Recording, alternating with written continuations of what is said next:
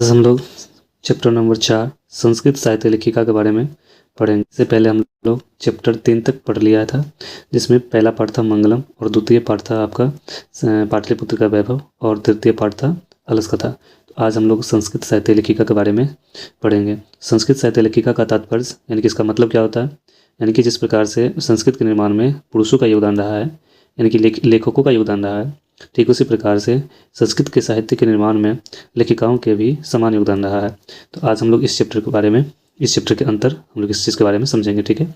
और इससे पहले कि हम लोग शुरुआत करें कि इसका पहले हम पाठ परिचय देख लेते हैं, क्या है पाठ परिचय, ठीक है। तो इसका पाठ परिचय देख लेते हैं कि संस्कृत की सेवा जिस प्रकार पुरुषों ने की है, ठीक उसी प्रकार महिलाओं ने भी वैदिक युग से यानी कि पुराने समय से आज तक इसमें क्या किया है, भाग लिया है, ठीक है।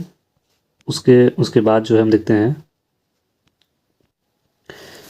पाठ से, देखते हैं क्या है, यानी कि समाज की गाड़ी पुरुषों और स्त्रियों के द्वारा चलाई जाती है। उसी प्रकार से साहित्य में भी क्या रहा है, दोनों का समान महत्व रहता है। यानी कि जैसे समाज की गाड़ी पुरुष और स्त्रियों के द्वारा चलती है, ठीक उसी प्रकार से साहित्य के निर्माण में भी दोनों का समान महत्व रहता है, ठीक है। आजकल जो है ना, आजकल सभी भाषाओं की साहित्य रचनाओं में स्त्रियां भी क्या रही हैं, तत्पर रही हैं, ठीक है। स्त्रियां भी क्या रही हैं, तत्पर रही हैं। उसके बाद देखते हैं तत्पर रही है और क्या कर रही है, यश पा रही है। संस्कृत साहित्य में प्राचीन काल से ही साहित्य को समृद्ध करने में दोनों का महत्वपूर्ण योगदान रहा है। यानी कि प्राचीन काल से, यानी कि पुराने समय से ही जो है ना, संस्कृत के निर्माण में, संस्कृत साहित्य की समृद्धि को प्राप्त करवाने में दोनों का क्या रहा है, महत्वपूर्ण योगदान रहा है। दोनों का क्या रहा है, महत्वपूर्ण योगदान रहा है। इस पाठ में उसी यानी कि अति प्रसिद्ध लेखिकाओं का चर्चा है, जिसने क्या की थी कि साहित्य रूपी खजाना को भरने में स्त्रियों का योगदान के बारे में इस जानकारी प्राप्त होती है, ठीक है।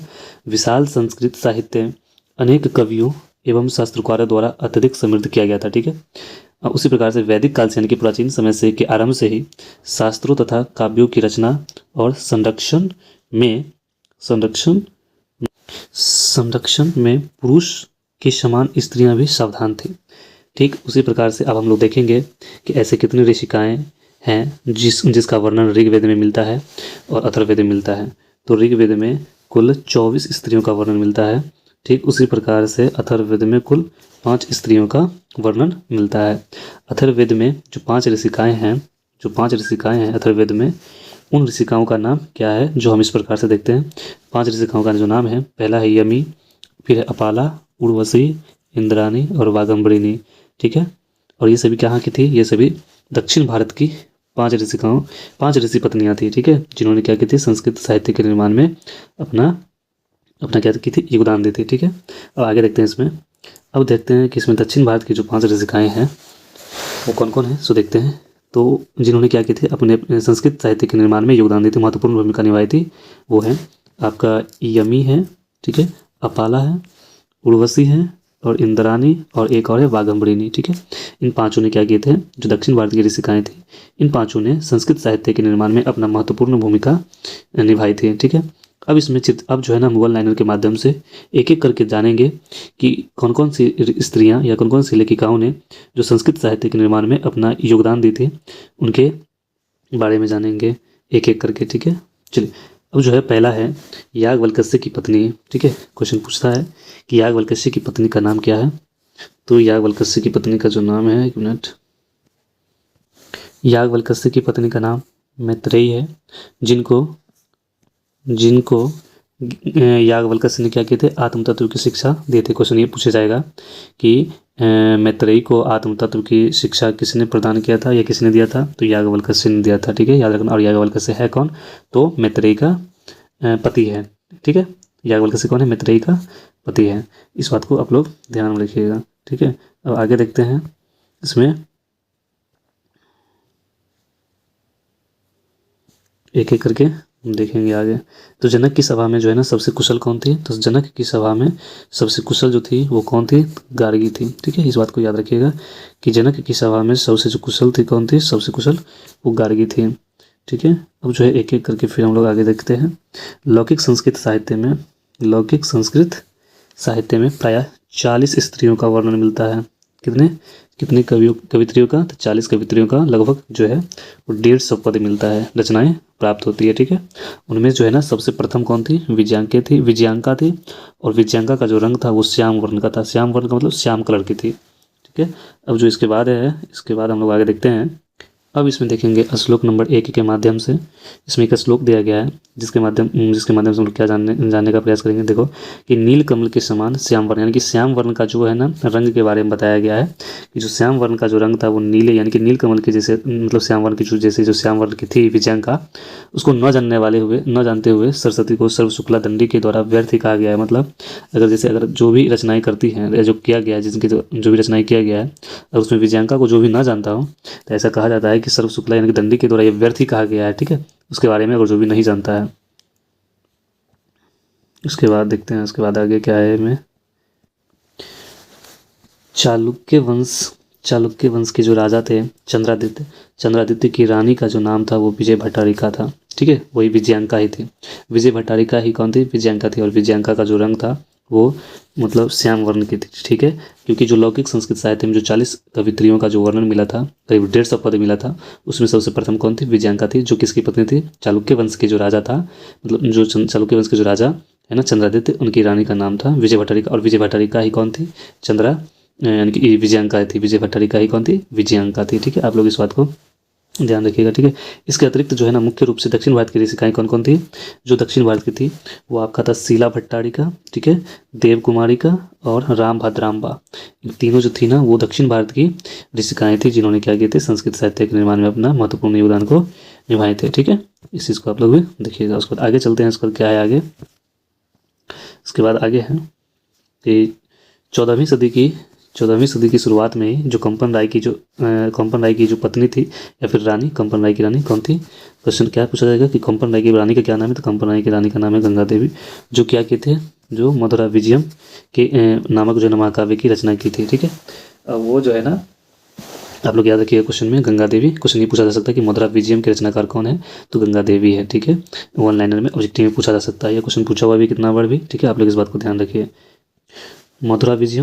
मधुरा विजयम महाकाव्य के रचनाकार कौन है, गंगा देवी है। ठीक है, अब आते हैं 16वीं सदी में। अब 16वीं सदी में एक राजा थे, ठीक है, वो राजा कौन है, अच्युत राय।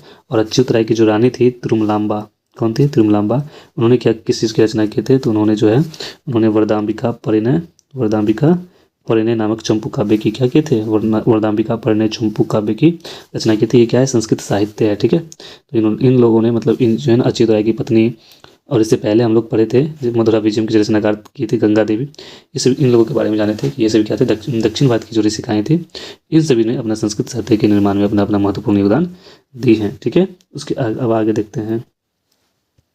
अब है आपका आधुनिक काल में संस्कृत